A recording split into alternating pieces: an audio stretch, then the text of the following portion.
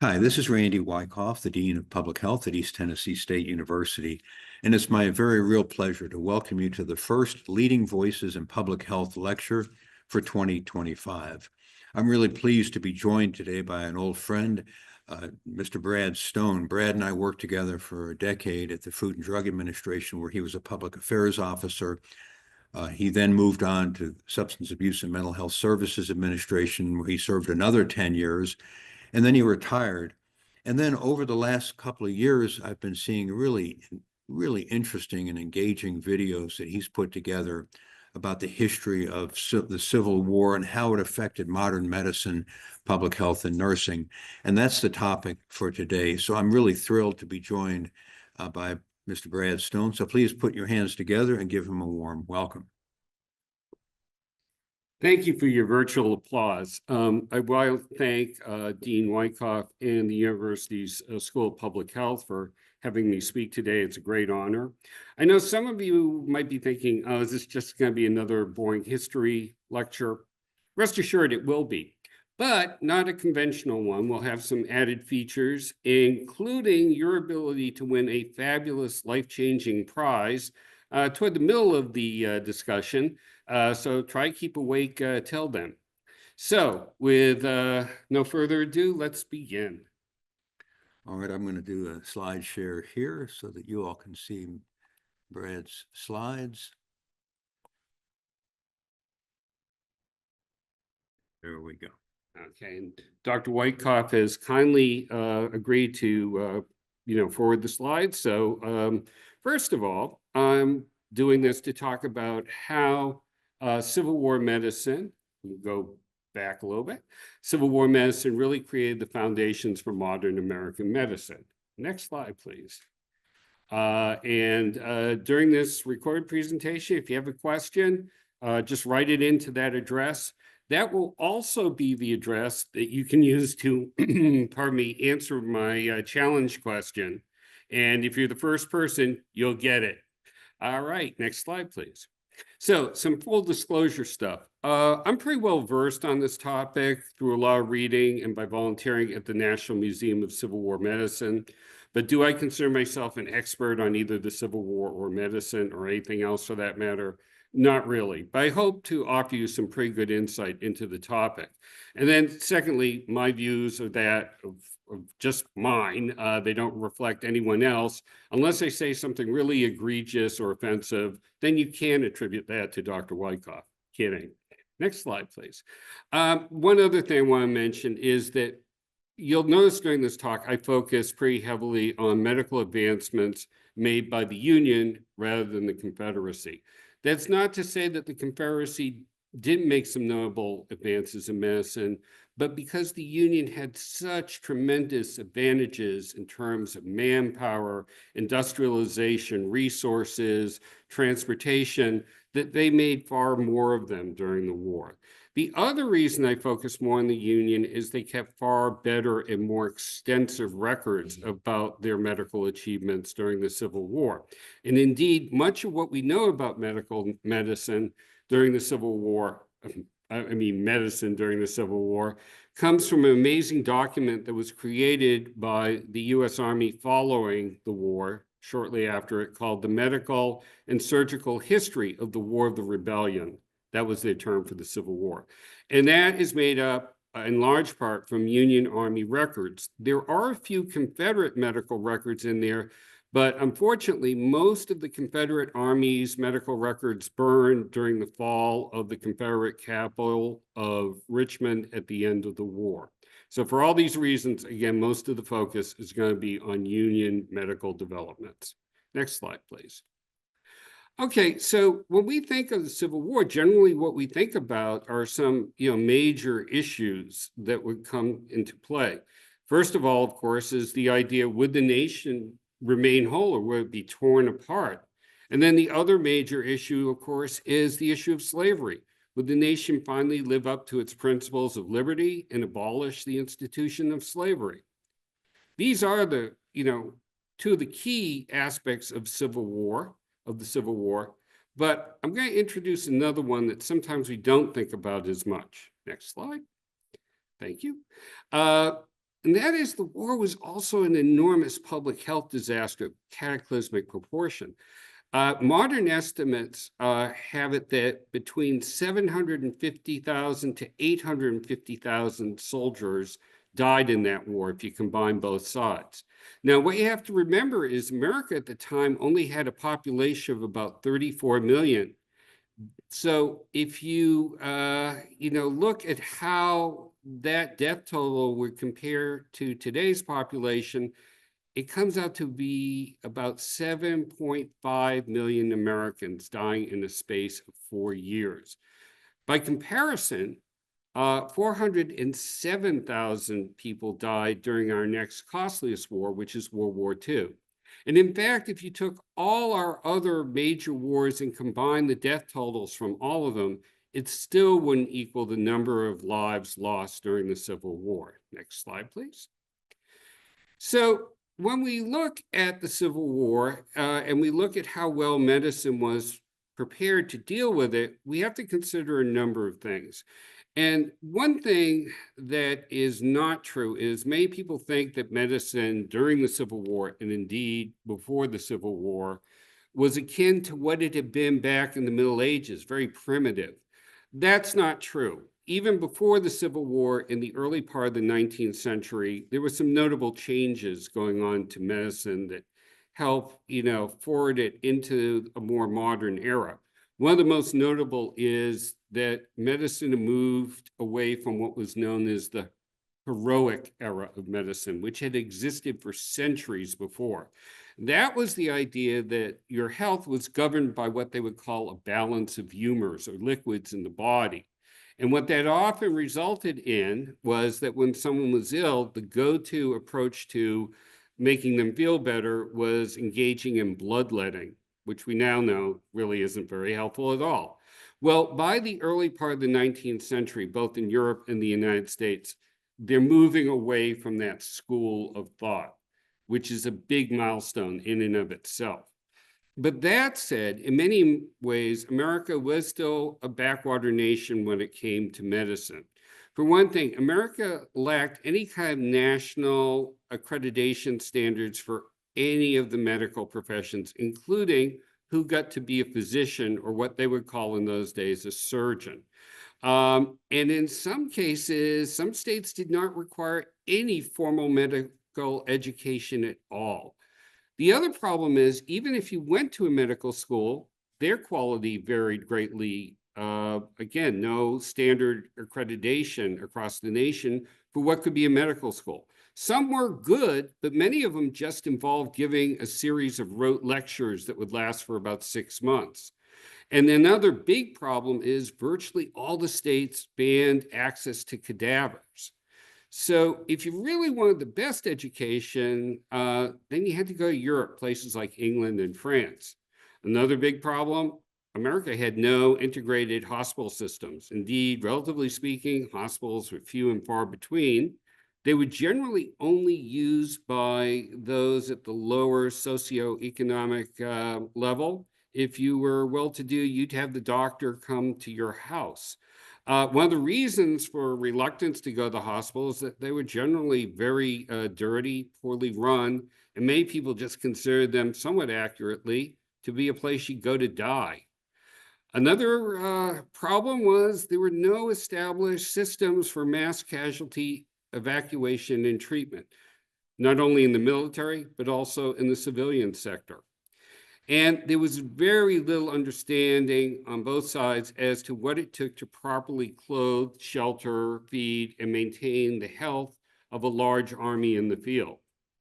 And in addition to all those, there were a lot of existing scientific, cultural, and political orthodoxies and perspectives that really imposed barriers on any progress in health before the Civil War.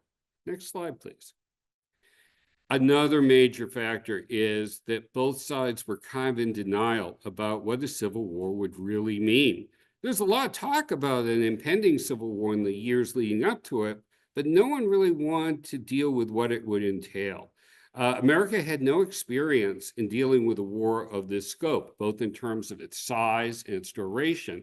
And there was a lot of hubris on both sides. Both the North and the South thought they were going to win the war very quickly and with very few casualties. Example of that are remarks made by U.S. Senator James Chestnut Jr. of South Carolina. After the war, he would join the Confederacy, but before the war, he, said, "A lady's thimble will hold all the blood that will be shed." And he went on to say he'd be willing to drink all that might be spilled. Well, when the war begins, next slide, please, that notion of an easy, bloodless war is quickly shown to be totally false. The first major battle of the Civil War is the Battle of Bull Run in the summer of 1861. It's fought about 25 miles from the nation's capital, Washington, D.C. It was a military disaster. But what's worse is at the end of that one day of battle, there are 1,500 Union casualties, many of whom are left on the battlefield for days without any treatment. Not one soldier made it back to Washington, D.C. for help on a Union ambulance because the Union ambulance system was totally dysfunctional. So as the war goes on throughout the course of the first year, what happens is that there is still no effective system put in place to help get the wounded off the battlefield. Meanwhile, the casualties with each battle throughout that first year get higher and higher. And one kind of startling example of this is the Battle of Bull Run 2, fought a little less than a year after the first battle. It's fought on the same battlefield, but this time it's, again, another Union defeat. But instead of 1,500 casualties being left on the battlefield, there are 5,000 Union casualties that languish for days without any medical attention. Now, this growing casualty, the growing level of casualties during the first year of the Civil War, and this continuing, for lack of a better word, ineptitude on the part of the Union Army to get help to these wounded soldiers causes an uproar among the population in the North, newspapers, and members of Congress. So by the end of the first year of the Civil War, the Union Army realizes it has to build an effective mass casualty evacuation and treatment system and make other critical reforms. Next slide, please. And in large part, those reforms come into play because William Hammond is appointed as the Surgeon General of the Union Army. I think you'll see throughout this talk that he is one of the driving forces in the modernization of American medicine and had many, many achievements that would go on beyond the Civil War to really help shape American medicine. He was an Army surgeon. He had a very inquisitive mind, and he was very anxious to implement a lot of reforms. And you see on this slide a number of the major ones he put in place. And I'll talk in more detail about each of these, but the one I want to highlight right now is at the top. He instituted universal standards for the selection and promotion of Army surgeons. This is the first time there is a large national system for determining who is fit to be a doctor. It bears a lot of fruit during the Civil War because it helps assure that the Army surgeons who are taking care of the wounded are qualified to do so. But beyond that, it will establish the systems that nearly all the states will use following the Civil War to, again, make sure that doctors are fit to practice medicine. And they serve as a foundation for what we use today, not only in terms of medical licensing, but in the licensing of other medical professions. Next slide, please. But his first priority when he becomes Surgeon General is to establish an effective system for mass casualty evacuation and treatment. And he delegates a lot of that to one of his most trusted proteges, Major Jonathan Letterman, who he will appoint to be the director of the Union Army's largest army, which is the Army of the Potomac. And Letterman developed what in essence is the modern system of mass casualty evacuation and treatment, incorporating triage, field hospitals, and general hospitals. And he did this literally over the course of a few weeks during the summer of 1862. Another key component he addressed was he developed the first trained, dedicated ambulance corps that could quickly and humanely get men off the battlefield and to the medical help they needed. Next slide, please. So to be clear, he didn't invent every component of this system. No, what he did is he looked at systems that were used in the past, going back to the Napoleonic War and to the Crimean War, which occurred a few years before the Civil War. He took the best elements of them and he put them together in an integrated system, which again is sort of the foundation for what we do today. It had three main stages to it. One was the aid station, which was at the front lines where a surgeon and his team triaged the patient. They didn't call it triage in those days, but again, they're doing what triage does. It prioritizes what patient should be treated first.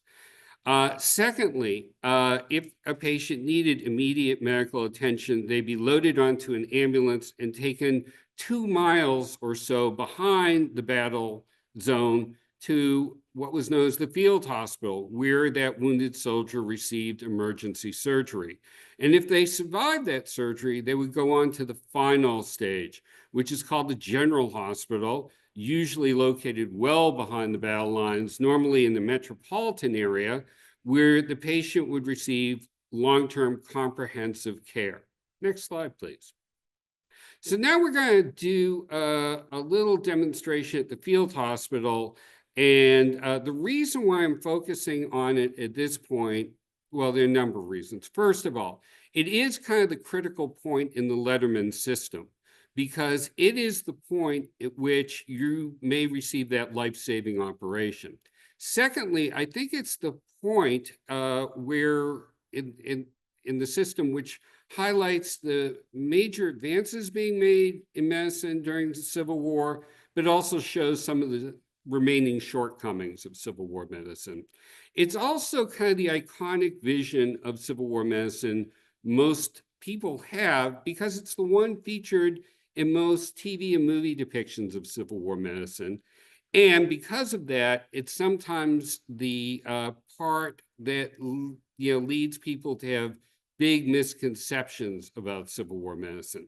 So I'm going to go take a few steps back and give you a very rough approximation of what would happen in a field hospital. I'm now moving.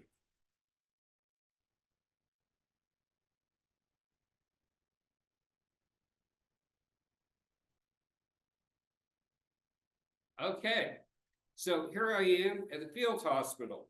Now, here's one thing that most people think about because of TV and movie depictions. If a patient is put on my operating table, and as you can probably see here, he has a pretty noticeable wound in the form of a piece of shrapnel embedded in his arm. Now, my job is, again, to try to assess how badly he's wounded and, try to stabilize his condition rather. So again, if you see TV and movie depictions of Civil War medicine, the patient's put on the table. I look at this pretty bad wound, and what I'm immediately going to do is pick up one of these, a capital or bone saw, and I'm going to start immediately amputating the arm. He will be screaming and writhing in pain. Men will be holding him down. We will tell him to either bite the bullet, bite a strap of leather, or if he's lucky, there'll be a bottle of whiskey we can pour down his throat to help ease the horrible pain. Now, these depictions are very moving, they're very graphic. There's only one problem. They're pretty much totally false. That did not happen during the Civil War. Indeed, virtually all operations were done with the patient anesthetized and not feeling any pain whatsoever. They had two principal drugs that could do it, chloroform and ether. They're both effective, and they have been around for decades before the Civil War. But this myth of these crude, barbaric operations persists on a widespread basis today, and strangely enough, even sucks in some very renowned historians of our time.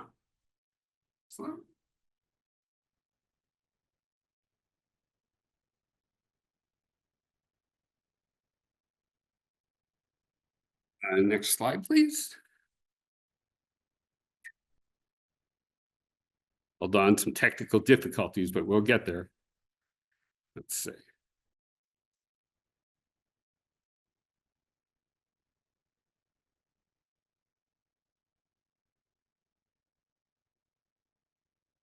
Well, while Dr. Weisskopf is getting it, I can, oh, here he is. That's me. Okay, I'll talk a little bit more about it. So one of the great historians of our time is Ron Chernow. He wrote the book on oh, here he is. Thank you, Dr. Weisskopf. He wrote the book on Alexander Hamilton, which became the musical, which you know, is very popular. A few years later, he wrote a biography of Ulysses S. Grant. It's a very good one. I'm a big Grant fan, and I got a lot out of the book, but for seemingly no purpose, on page 204 of that book, he writes about Civil War medicine. And he says, many operations were performed without anesthesia, relying on whiskey instead. There is no attribution given for this statement. So what's the truth? Well, the truth is supplied by perhaps the foremost expert on Civil War medicine today. Her name is Dr. Shauna Devine. I've had the pleasure of meeting her a couple of times, and I read her excellent book, which is called Learning from the Wounded. And as you can see below, she makes it very clear that Union Army records show that of the more than 80,000 operations they performed, only 254 were done without any kind of anesthetic. So if you leave this lecture without anything else, please understand that these notions that surgery was done in this barbaric manner are just not true, no matter what the source. Civil War surgery, in many ways, was quite advanced, as I'll go on to show. Next slide, please. Or actually, I'm going to go back.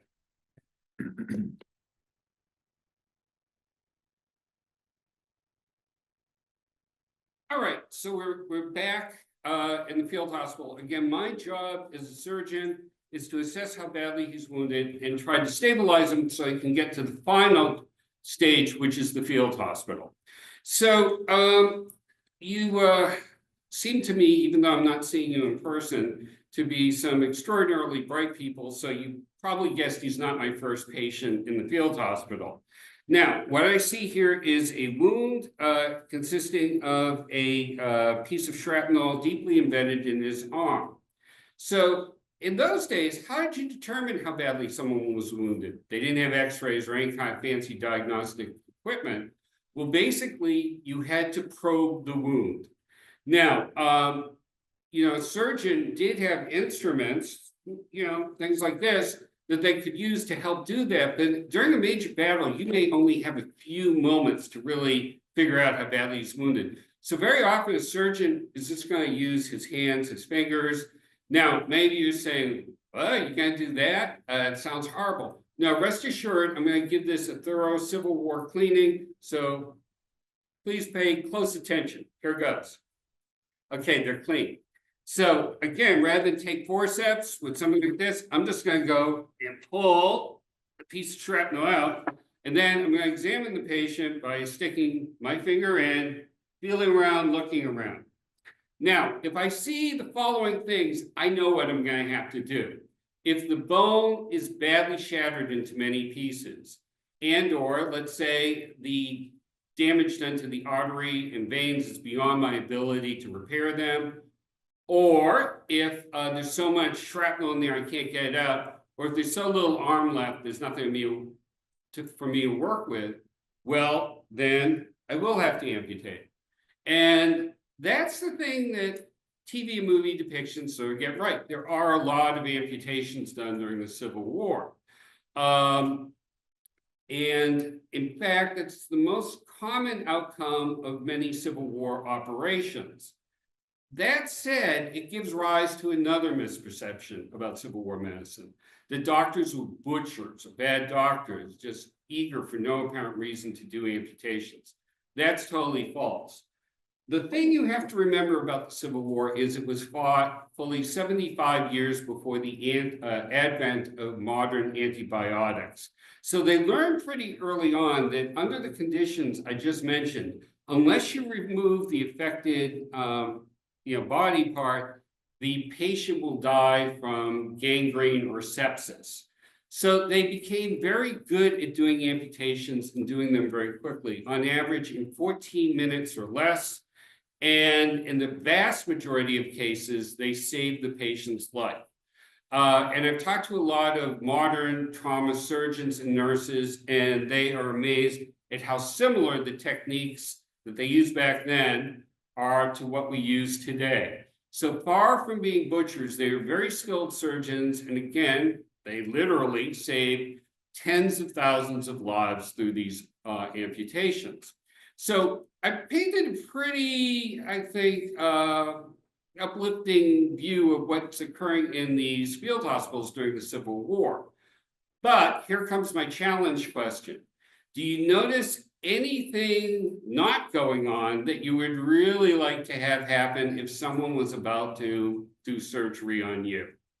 So again, send in your answer to that question. The first one that we receive will win the fabulous prize. And you might be saying, what is that fabulous prize? Well, I'm pleased to unveil it. It's this beautiful inspirational poster featuring Dr. Wyckoff. And as you can see, it says, "Strive to achieve my greatness." And I'm sure once you receive this, it will be great. And by the way, Dr. Wyckoff has kindly consented to personally autograph this for only an additional $5. So good luck. All right. So back to the question about what I hope you answered, which is nothing is being done here in terms of cleaning or sterilization. Why? Well, although I talked about a number of ways that Civil War medicine is surprisingly advanced, it's not considered to be in the modern era of medicine for one big reason, and that is it's the last major war where they don't understand germ theory.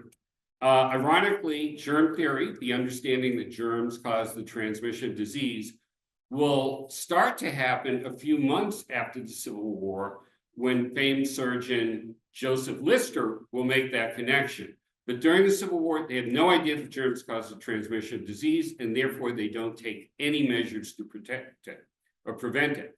So we have kind of a paradoxical situation in the field hospital, and that is, in many, many ways, what's going on here is really, advanced medicine, but it's occurring in an atmosphere, an environment that can cause a lot of, infection, not only for the patient, but for the surgeon and the staff. Now, despite some of the shortcomings of Civil War medicine, and particularly the field hospital, it's nonetheless a dramatic advance in terms of the treatment of these wounded soldiers. In fact, during the first year of the Civil War, about 25% of all wounded men died from their wound. But after the implementation of the Letterman system and some other reforms later on in the war, that mortality rate dropped dramatically to about half, to about 12 to 13%.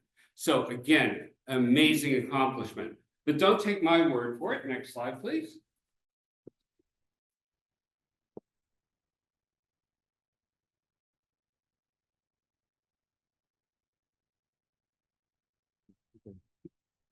Just take a second to get to the next slide. And by the way, if we had next slide. Okay. By the way, while we're waiting for that next slide, at the end of the program, if we have a little time, I'll do a demonstration or a little talk about an interesting aspect of germ theory during the Civil War. Okay. We're still struggling technologically here. Yeah. And There we go. There we are. That's us. I assure you. Okay, great. Thank you. Whoop. There we go. Okay, so if you really want a good assessment, here's one from Major General Paul Hawley, who is the chief surgeon of the U.S. Army's European Theater of Operations during World War II. And as you can see by his quote here, he really holds Letterman and the system he put in place in very high esteem. He ends it by saying, "There was not a day during World War II that I did not thank God for Jonathan Letterman." And I will point out, Major General Hawley was not only a high official in the U.S. Army, he went on to become the executive director of the American College of Surgeons. So this is very high praise indeed. Next slide, please. So now we see something that I'll refer to throughout this presentation is kind of a chain reaction in medical progress across almost every major field of medicine. As one field saves more lives, another field will also come up to, again, improve the outcome for patients. So as a result of the Letterman system, more and more patients are having their lives saved, including many who have it saved through amputations. And this gives rise to the need for tens of thousands of prosthetic devices. And a whole industry rises up to meet that demand. And it's aided in large part because the industrial revolution is in full bloom. And now prosthetics can be mass produced and can also incorporate some, pretty advanced features. Indeed, if you look at many of the prosthetic we have from the Civil War in the National Museum of Civil War Medicine, you'll be astounded by how similar they look to modern artificial limbs, particularly in terms of their mechanical aspects. Now, another thing that really helped spur the growth of this industry was that for the first time, the federal government, the Union government, subsidized the purchase of prosthetics for its wounded soldiers.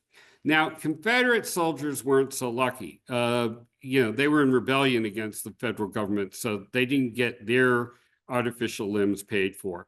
What happened with many of them is that, particularly after the war, many of the former Confederate states provided subsidies for these artificial limbs. And it imposed a very heavy toll on many of these former Confederate states. One example is that the state of Mississippi, the year after the Civil War, spent fully 1/5 of its entire state revenue in buying artificial limbs for its wounded veterans. Next slide, please. Oh, a little bit of a lag here, but bear with us. Yeah.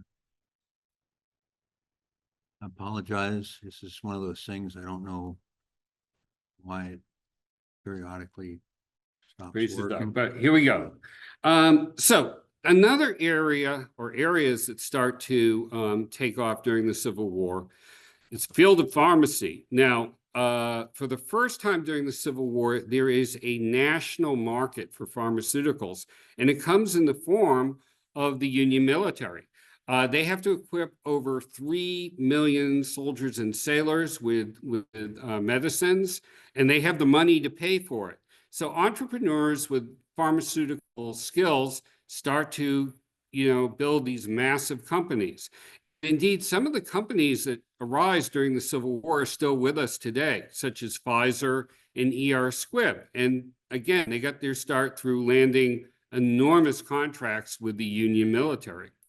Now, because there's a growing pharmaceutical industry, that also has its effects on the field of pharmacy.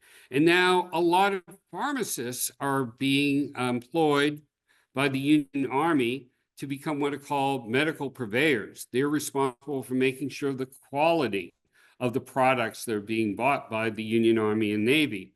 And in addition to that, the Union Army is also directly hiring a lot of pharmacists to serve in their own pharmaceutical production laboratories. And these pharmacists help in the manufacturing quality control processes in those factories. Next slide, please. But of course, one of the major fields or institutions that has to respond to this growing number of surviving veterans or soldiers is hospitals. As I mentioned before, hospitals in the United States before the war are sorely lacking. And to just focus in on the Army, the entire United States Army, the year before the Civil War, had only one dedicated hospital, and that only had a 40-bed capacity. By the end of the Civil War, 4 years later, if you combine the number of hospitals being run by the Union Army and the Confederate Army, they have a combined total of over 400,000 hospital beds. That, is an incredible accomplishment. So for the first time, by the end of the Civil War, America really does have effective hospital systems. Next slide, please. And who's the prime architect of that? Well, it's not an American. It's actually Florence Nightingale, the famed nurse. She really gained a very large reputation for herself for the groundbreaking work she did in the Crimean War, in helping to drastically reduce the mortality rate that was occurring in British military hospitals in the Crimean theater of war.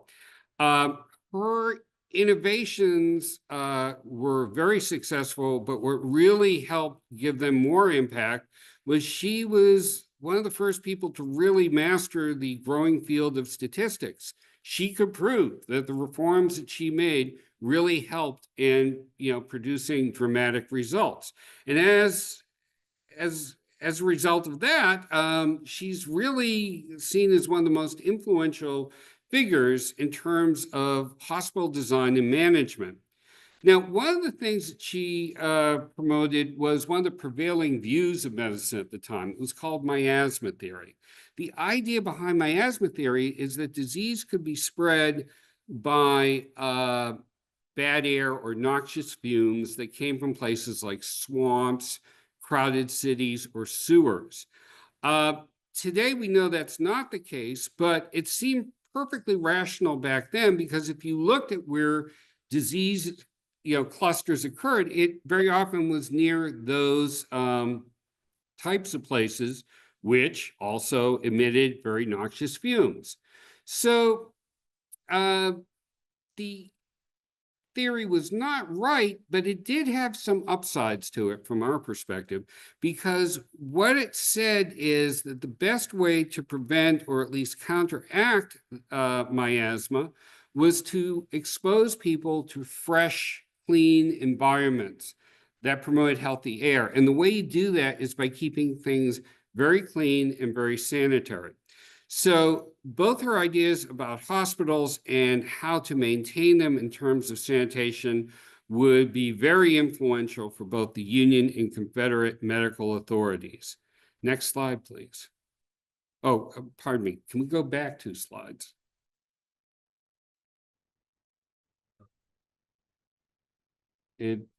Oh, thank you. Yeah, perfect. Yeah, I want to go back to the slide because if you look at the picture on the right, that's the type of hospitals both the Union and Confederacy are building for the most part during the Civil War, and they correspond to what Florence Nightingale said you should do, which is, rather than do what armies had done in the past, which is basically you take any building you can find and shove as many patients into it, often crowding them in, which usually resulted in the widespread transmission of disease. Well, now they're taking a different approach, and you can see in this Pavilion Hospital, each of these little buildings is its own separate ward, and it only contains 40 to 60 patients. They don't crowd them in, and they're separated from each other in part to help prevent the spread of disease throughout the hospital. Next slide, please. And next slide, please. But that's not the only thing going on in these Pavilion hospitals, and you can learn about their other features by looking at the interior of each of these wards. And here's a picture of one. So what you see is the men's beds are separated a good distance from each other. There are big windows to let in lots of fresh air and sunshine, and the ward itself is very open and airy. You'll even see that they go to the bother of hanging these evergreen boughs from the ceiling. That's not being done because it's the holiday season. That's being done year round so that, these boughs can give off a nice, fresh smell. But the main thing they're doing in here is they're keeping things very clean. The wounded are being bathed on a regular basis. Their clothes are washed. Their bedding is washed. Waste matter is taken care of very quickly and efficiently. Everything is about maintaining high levels of hygiene in these hospitals. So let's get back to miasma theory. Miasma theory is not correct, as we know today, but the things it calls for, they're being done in this hospital, correspond very well in terms of germ theory. So even though it's the wrong theory they're doing a lot of the right things. And that makes American hospitals on both sides far, far healthier than they had ever been before. And that's reflected in the fact that with these new pavilion hospitals, on average, the mortality rate is less than 8%. Next slide, please. Now, this is an enormous achievement. It's recognized by many at the time, including a very famous Union nurse by the name of Walt Whitman, who we know is a great writer and poet. As you can see in this quote, he's basically saying that the Union government's ability to put these hospitals in place is one of the highest accomplishments during the war. And again, his view is widely shared. And again, I will make the point that this was not only done by the Union, but by the Confederacy as well. Next slide, please. So the revolution in hospital systems in turn spurred a revolution in the field of nursing.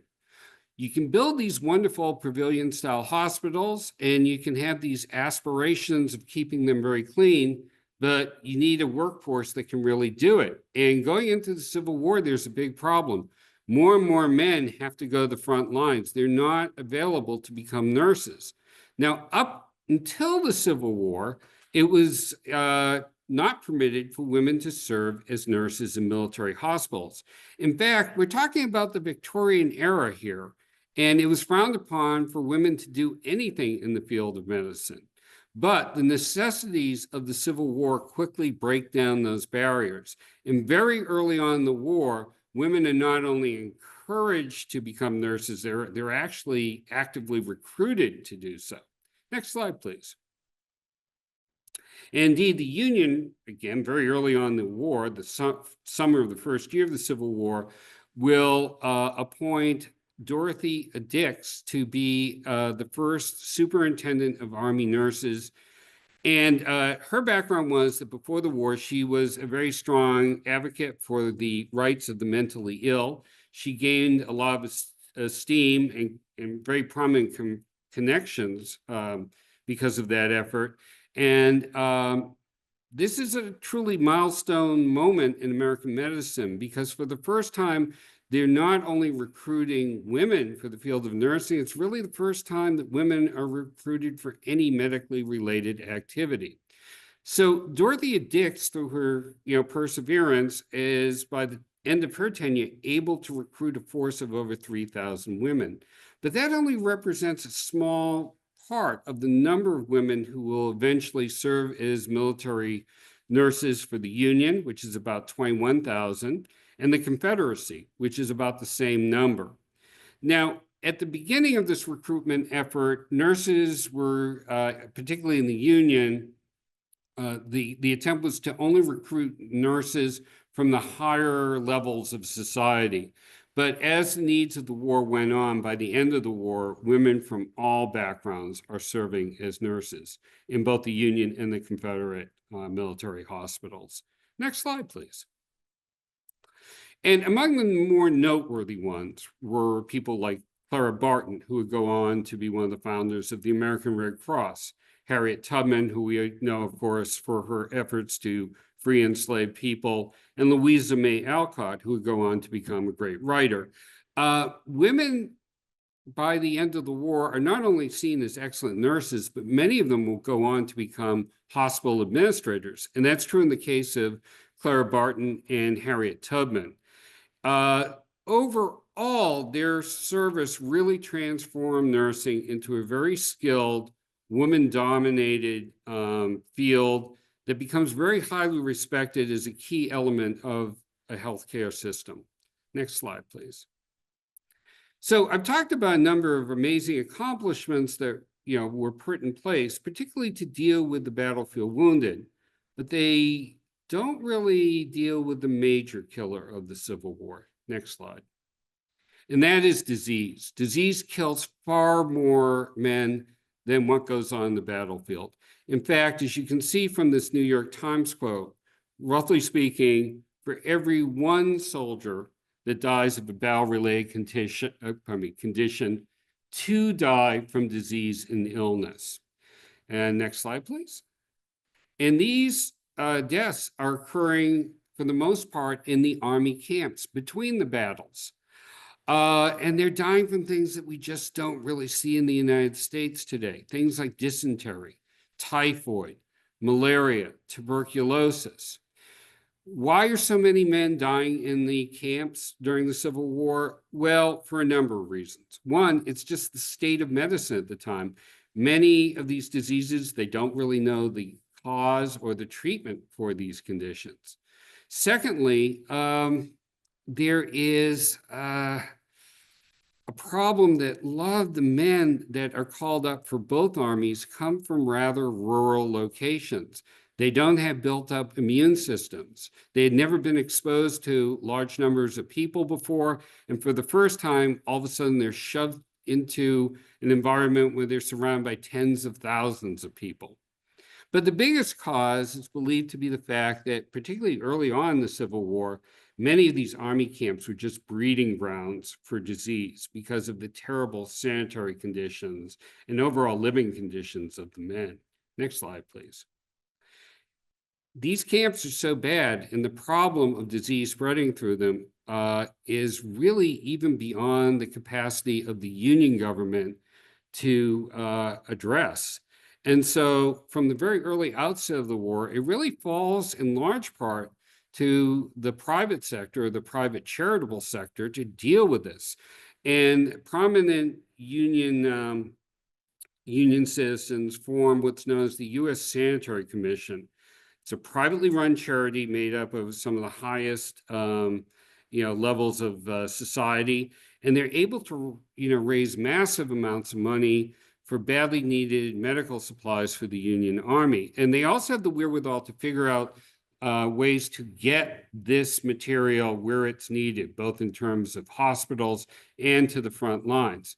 Now, one of the interesting aspects of the U.S. Sanitary Commission, in some ways, it's like the first inspection service in the United States, National Inspection Service. Its agents go into the camps and the hospitals and really check out on how well they're doing in terms of their hygiene and sanitation. And they will report their results to top Army brass and to Congress. So in many ways, they're setting the model for other regulatory bodies that will come later, such as the U.S. Food and Drug Administration and the U.S. Department of Agriculture. Now, the U.S. Sanitary Commission was indeed one of the first nationally organized charitable organizations. It will be the forerunner to things like the American Red Cross and other non-governmental entities or organizations. And although, again, this movement was initially headed up by the top levels of Union society, as the war goes on, more and more people from all sorts of backgrounds will become involved in the U.S. Sanitary Commission and other similar charities. Next slide, please. So after the first year of the Civil War, the Union leaders, including Surgeon General Hammond, realized what a devastating effect all these deaths and sicknesses are causing for the Union Army. Indeed, there are whole Union armies that can't go into the field because their ranks are so devastated by disease. So they make it a priority to try to improve the conditions in these Army camps. So with the vital help of the U.S. Sanitary Commission, they start to institute some efforts to try to improve the sanitation and well-being of the soldiers in these camps. Some of the key things they do is to better equip them with adequate clothing and shelter and instruction on how to properly use and maintain them. Again, another big problem is the lack of nutritious food. The Army tries to improve the quality of the foods given to the soldiers, but one key component in doing that is to make sure that the soldiers know how to properly prepare it. That's an enormous problem at the beginning of the Civil War because many of these soldiers have never cooked for themselves before. Because at home, who did the cooking? Well, largely the women. And finally, they have to explain and reinforce some very important hygiene habits, such as regular personal washing and making sure that human latrines and equine enclosures are away from, or at least downriver from, human drinking water sources. Big problem at the beginning of the Civil War. Many men will become sick. Many of them will die because they're drinking from water that's downriver from where other men or animals are defecating. Next slide, please. So I'm grateful to be speaking to the School of Public Health, or for the School of Public Health, because these public health measures made a tremendous difference. Example, when Major Letterman became the medical director of the Army of the Potomac back in the summer of 1862, about 40% of that army was unfit for duty because of the illnesses sweeping through the camps. And again, a large percentage of these men would go on to, die. But after these reforms that I just talked about were instituted, the following summer, that rate was down to just 9%.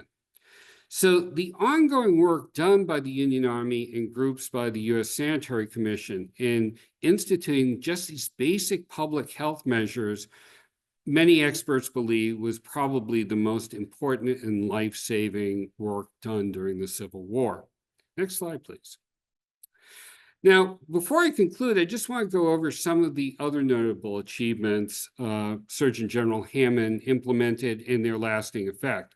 Hammond came into the war believing it was not only an enormous challenge, but it was also a tremendous opportunity to gather and disseminate medical knowledge that could be used to really raise the healing arts on all fronts. And one of the most important things he did is establish the Army Medical Museum, which we would call a research institute. And what they did is they asked that surgeons in the field provide them with interesting cases, specimens, anything they came across. This research institute would examine them. And if they found something really notable, they would publish their findings and disseminate it to all the surgeons throughout the Union Army. This created some very notable effects during the war. It led to a dramatic decrease in deaths from a horrible disease called hospital gangrene.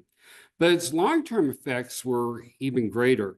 For one thing, the work of the Army Medical Museum caught a lot of attention from the U.S. public, and it really changed their attitudes toward medical research, particularly in terms of using body parts. They now saw that as a very important way of advancing medicine.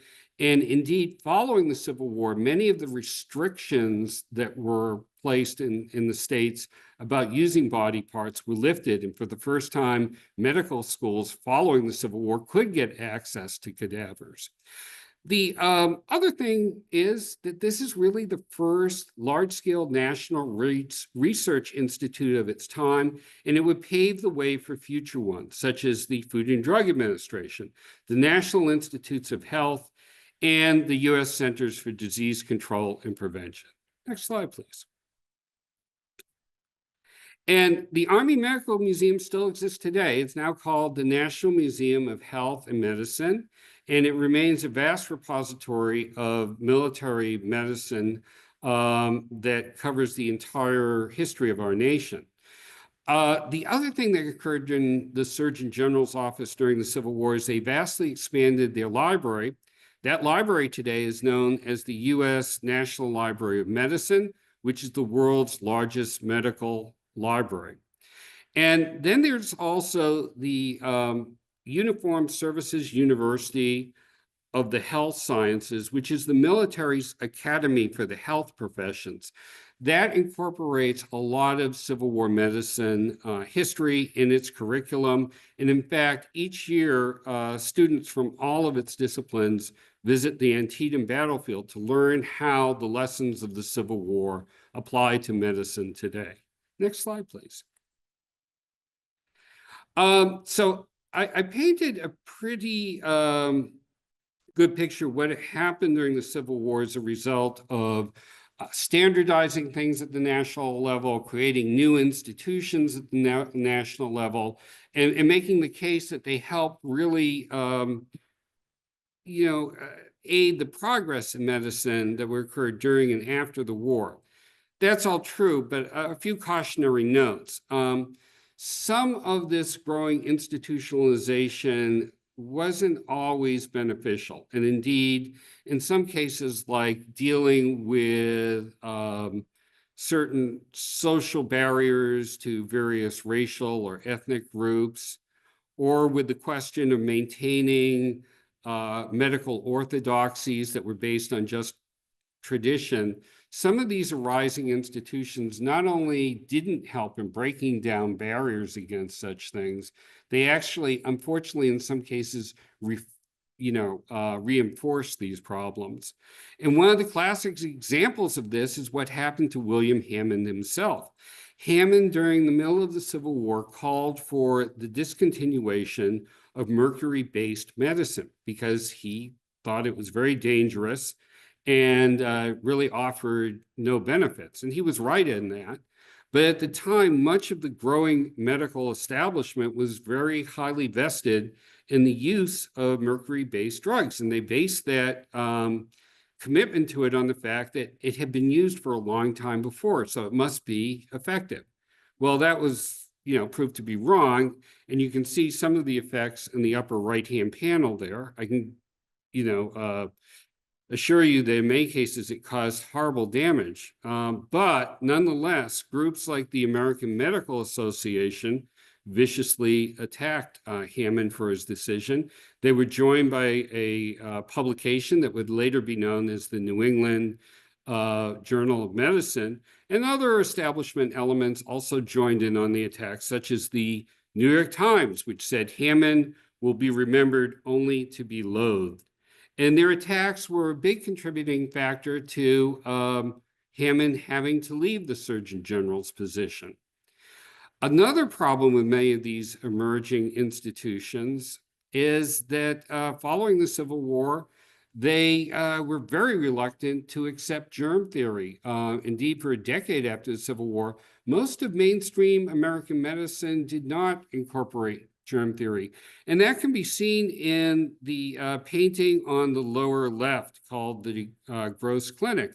And as you can see, this is a surgical theater, one of the more noteworthy medical schools where nothing's being done that in any way involves sanitizing or sterilizing the operating theater.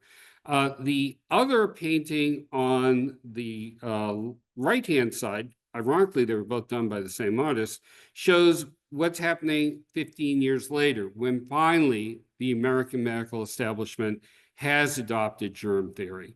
And I will point out another interesting aspect about that picture is if you look carefully, you'll see a nurse prominently featured in the operating theater.